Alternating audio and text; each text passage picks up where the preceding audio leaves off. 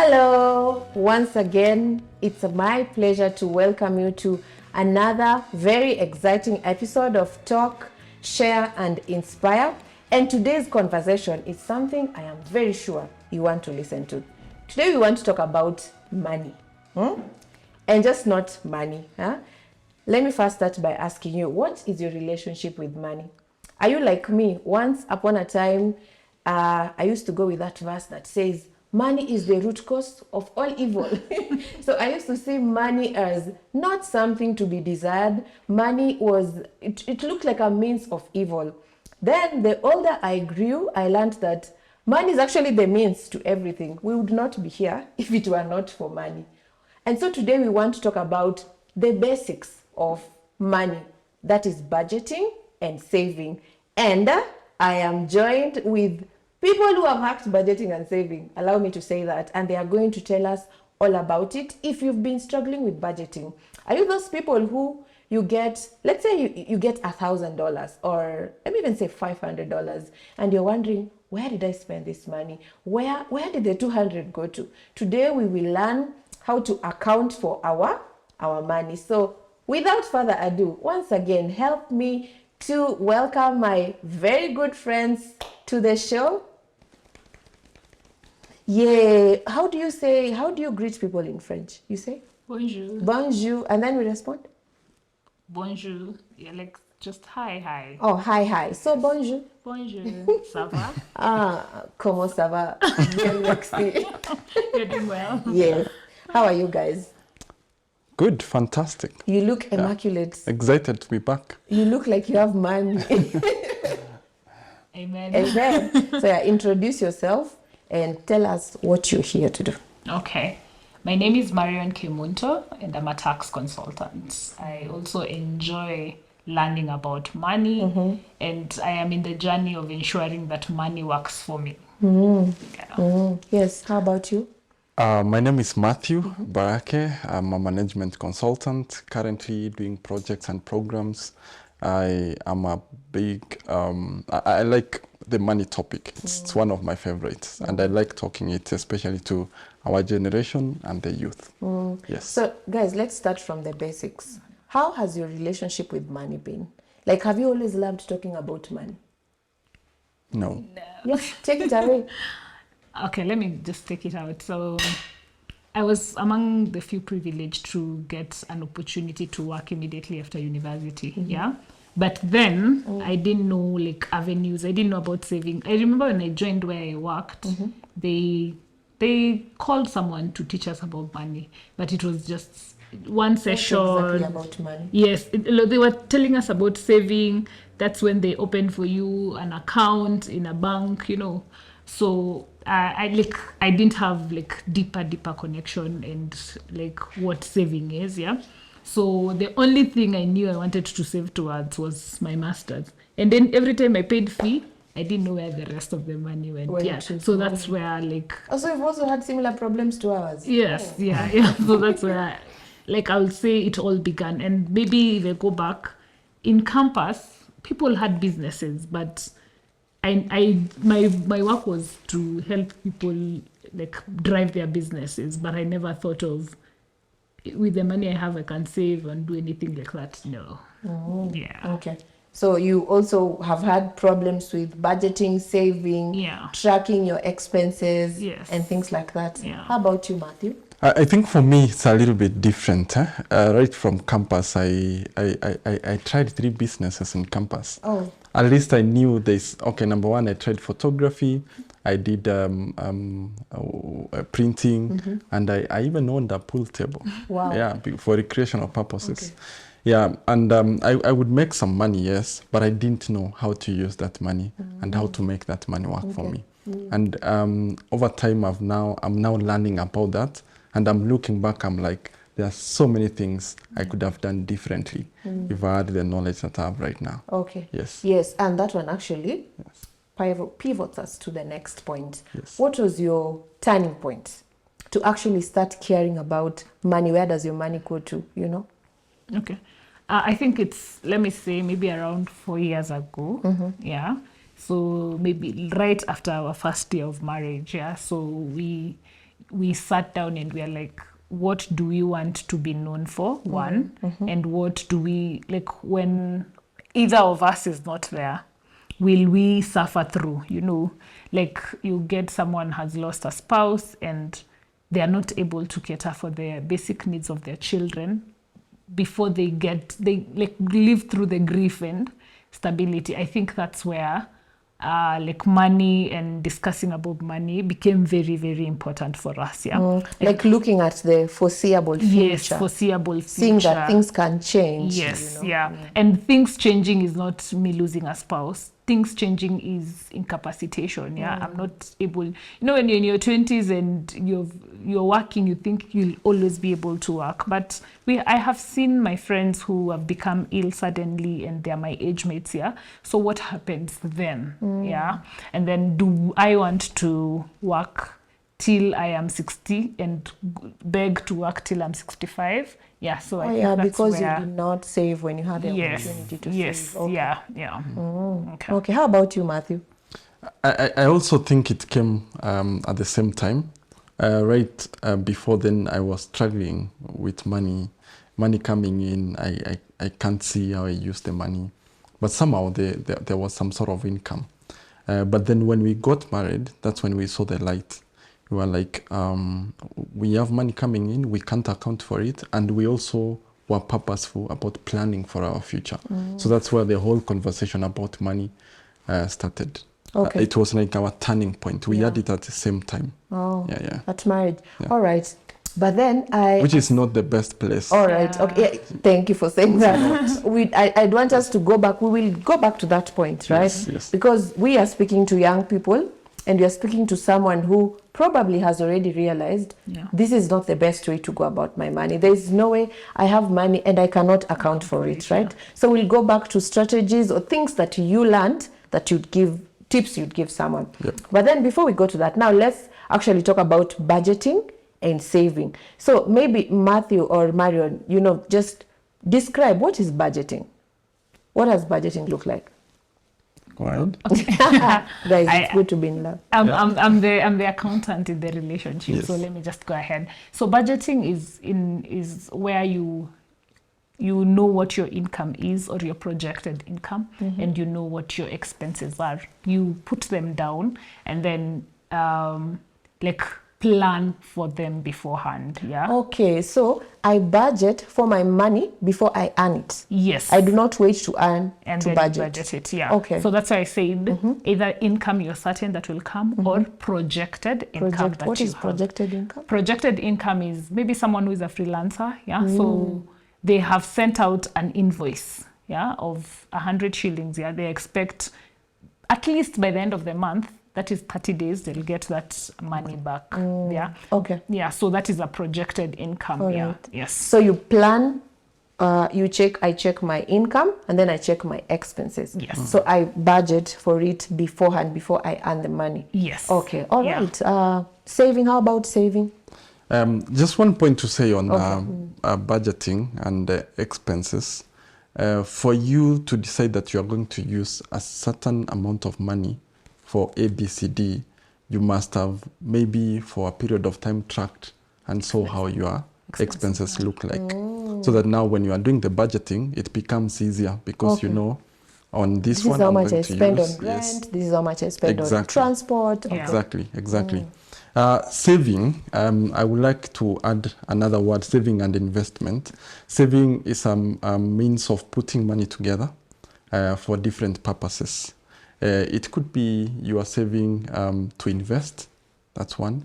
You are saving as an emergency fund, like having a cash flow, so that you are not at any point, you are not zero. You have some money somewhere in case anything happens. Or you are saving towards a project. Okay. So there are different kinds of savings, and we need to understand how the different savings work when it comes to budgeting and savings. All right. I love that. So it's practical to save my money before I use it. Yes. Oh, Yeah. Because personally, I have tried saving after spending the money, and wow, Zero. yeah, the same way we get our money, we tithe it, Yeah. then we save, then now I move to my Actually, it's expenses. recommended after tithe and offerings, Yes. you've The put them next is aside, the saving. next is saving. Yeah. Oh, Yeah. okay. And then the other thing I wanted us to talk about, what are some of the changes, things that you have observed that changed in your life after you started budgeting and saving? Many things, like many things. First of all, you get to understand what is a need and a want. Oh, wow. Okay. Yeah. So there's a difference between needs and wants. Needs are things you can't do without. Yeah, I can't do without food. I can't do without shelter. I can't do without just basic clothing. Kuna clothing yenye ni want. Yeah, so, and wants are the nice to have things. Yeah. Maybe I have seen Erica has an iPhone 15 and I have a Samsung A something. I want to upgrade to iPhone. That is a want. It's not a need. Yeah. My Samsung is still working. Yeah, the I can Samsung is still receive working. calls, Yes, I can see my take- emails, I can take a picture. Yes, yeah. So those are the things, like that is one of the major things that has changed. I can confidently say that I have purchased a want and not a need. Yeah. Another thing, I do not have panic attacks. You know, like, oh my God, my mom has called me. She's in the hospital. She needs to be taken care of. There's something I've set aside for emergencies and miscellaneous. So I am not I'm not get don't get yourself palpitations in because I do not emergencies, know what's, yes. yeah. And I do not even think about paycheck. Oh. Yeah, because I have already planned. I know this money is going this way. So it doesn't get to a point in the month where I'm like, wow, when is paycheck? I no longer think about paycheck. Wow, I love that. So you have distinguished your needs and your wants. And then the other thing, you do not always live in a life of constant worrying. Yeah. And then you're able to like easily take care of your emergencies and you do not have to live paycheck to paycheck. Yeah. Exactly. Wow, I love that. And it goes without saying, budgeting and saving is not easy. Did you guys have it easy? You just started budgeting and you're like, Mampuan, we have hacked it. We can do this. No, I don't think it's the easiest thing to do. Especially when you're a couple. Yes. Yes. Because sometimes you budget and then you overspend. You go beyond your budget. You go beyond your budget. So by the time the month is maybe date 15, 20, you start you realize that you do not have enough to take you through the month before the next paycheck or before the next income. Yeah. And because of that, you become purposeful in tracking your expenses. Because one of the biggest challenges is tracking your expenses. You don't know when to buy what and how much is it supposed to cost. Even if you had put it in the budget, that's the earlier stages of budgeting. So if you are not purposeful to do that, and that's why I talked about budgeting and the expenses and how to track and know what exactly goes to A, B, C, D, you will not be in a good position. Yeah. And I'm thinking of something that I did not budget for. Yes. Okay, this was not planned for, and then it comes. How do I treat such things? And I do not, let's say I don't have an emergency fund. Okay, I've not got it to the point where I can manage an emergency fund, but this one has come and I need to take care of it. How do I incorporate it? First of all, you see to look at it. It's a need or a want. Oh, okay, going back to the point of But needs and basically, from what I hear you, it's a need. Those are some of the scenarios which we call for miscellaneous now. That's where miscellaneous comes in. In the budgeting, there's a miscellaneous budget where you have a certain amount of money you've put aside just in case you go beyond budget or there's a need that you need to take care of. Because at this point, you do not have an emergency fund. That's what takes care of it. But more often than not, when those situations arise, we go over budget because we use our money for groceries, for rent, for other things to sort out those issues. But what we are saying, when you mature in budgeting, it means you have all those areas figured out and you will not be in a situation whereby you will use money for rent. what is maturing in budgeting? Oh, okay. Maturing in budgeting is this. Is when you are able to use your when you're able to put a budget and stick to it. you've Okay, matured. Yeah, it's okay. it's as simple as that. So Yeah. without saying it in a lot of words. So I will not cut my groceries money Yes. to buy a dress. Yeah.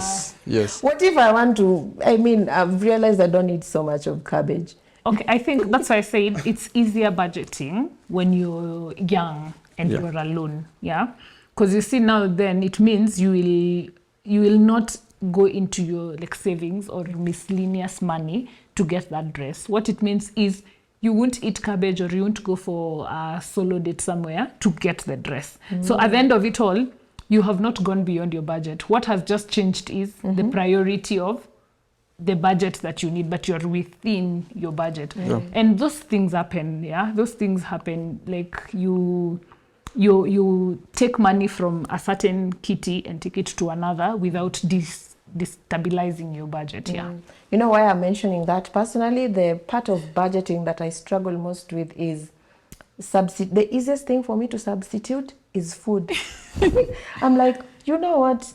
I had planned for 3 meals in a week. I can eat 2 and use that money for something else. That's why I said it's easy when you're like either alone or a very young family. But when you have, like, say, children who are depending on that food, you can't cut the food to buy a dress. Oh yeah, you see? for sure. Yeah, yes. so guys, it does not mean that's what I do. Yes. And you have had challenges sticking to the budget. I'm sure it's still a learning process. Yeah. But how do you jump over those hurdles? First is being true to yourself and being true to the purpose of what you want.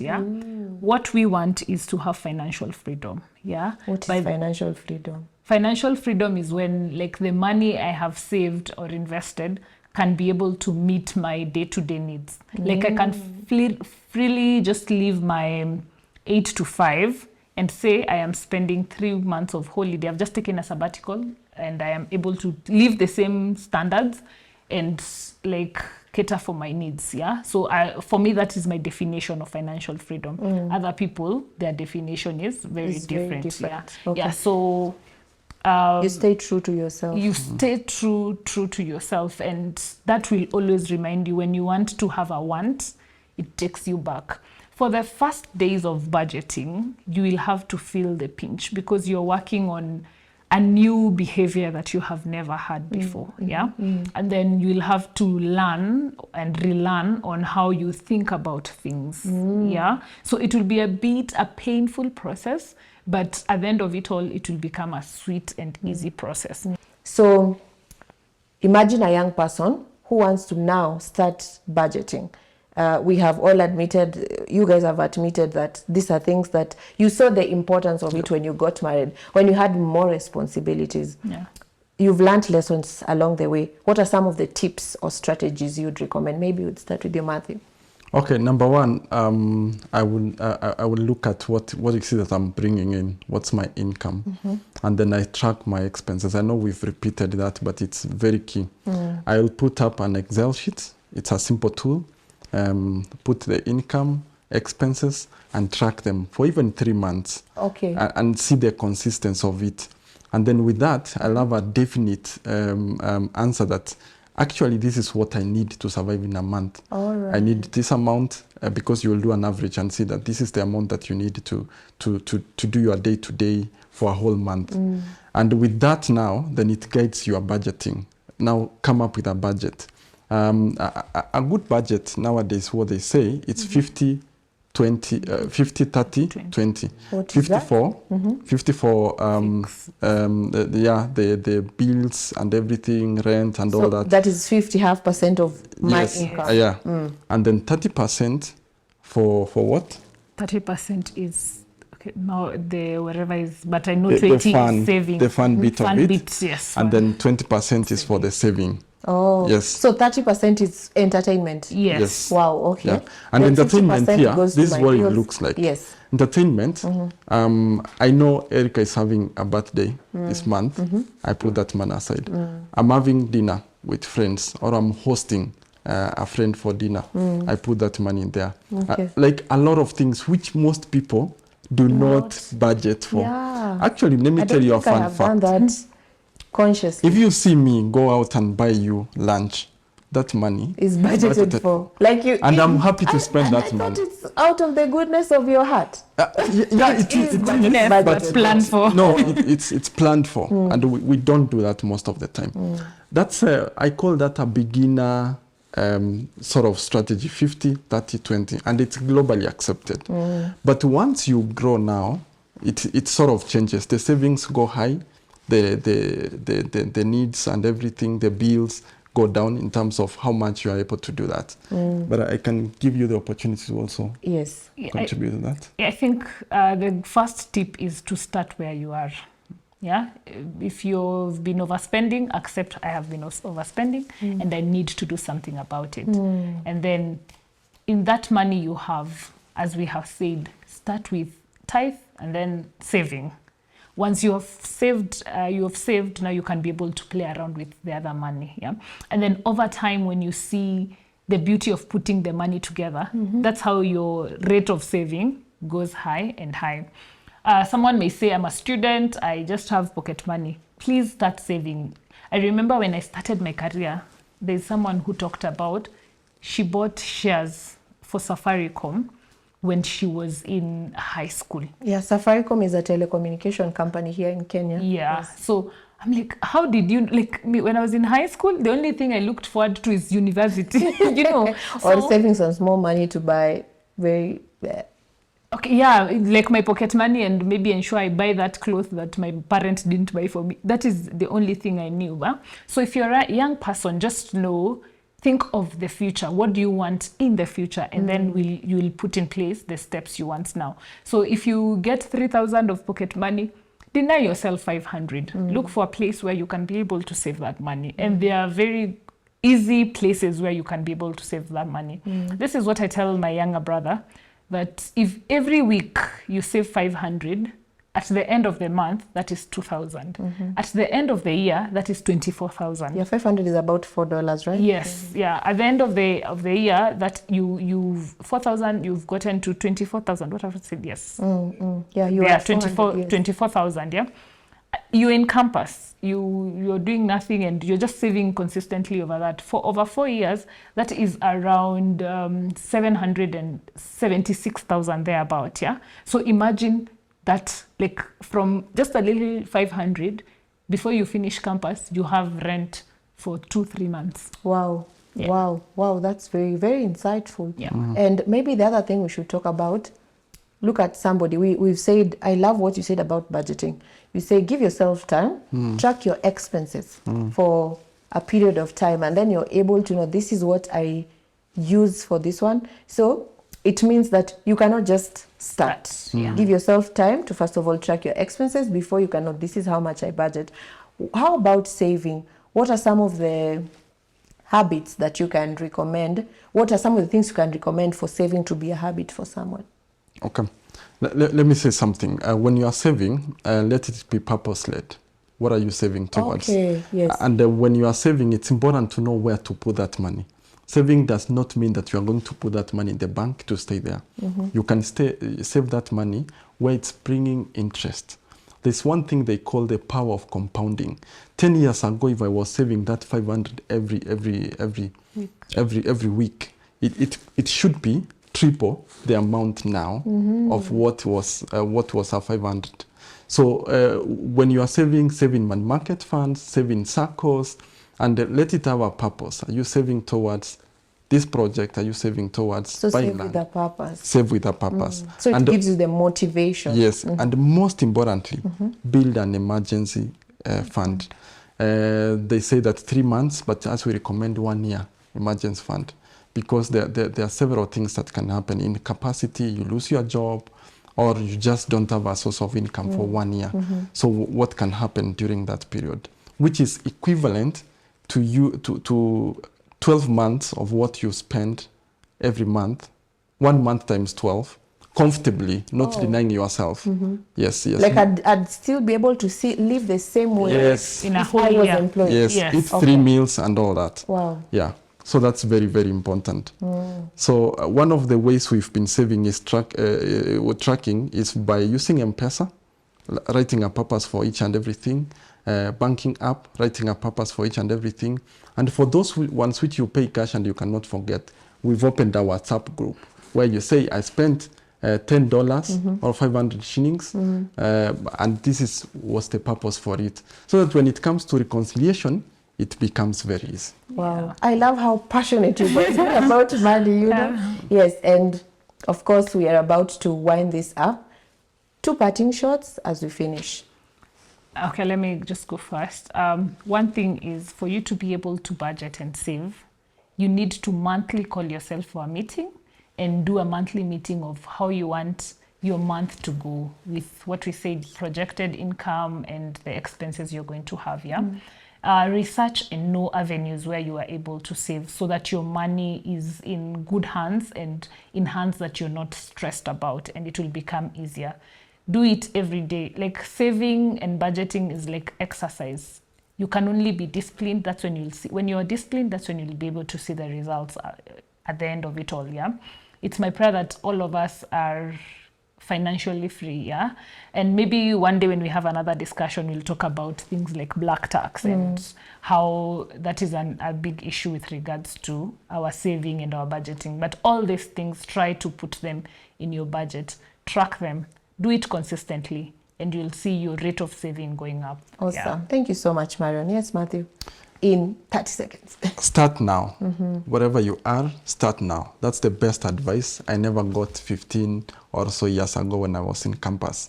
If I had started that period, the money that I could have saved, because I could easily make $100 a month through my businesses, it would have been a lot of money right now. It would have matured even 2 times. Through that period, even through putting in insurance and all that. And let's stop the habit of loving to see our banks grow, money in the bank. It's a good thing to have that cash flow, but eventually it will not help you in terms of investment or growth when you want to have that financial freedom. So start now, invest now, and for sure you will reap the benefits. Awesome, awesome. Dear viewer, I just want to pick it from that. Start now. It is never too late. If you've tried and failed, it's never too late. Start now, start wherever you are. The Bible says in the book of John that the Lord would want us to live life and life in abundance. Even money-wise. Proverbs 21:20 says, the wise store up choice food and olive oil, but fools gulps theirs down. Fools eat all their money, but the wise, they store up choice food and olive oil. I pray that the Lord will give you wisdom to show you how to track your expenses, to budget for a life in abundance. God bless you, and see you once again in another episode of Talk, Share and Inspire. Thank you. Bye-bye. Bye.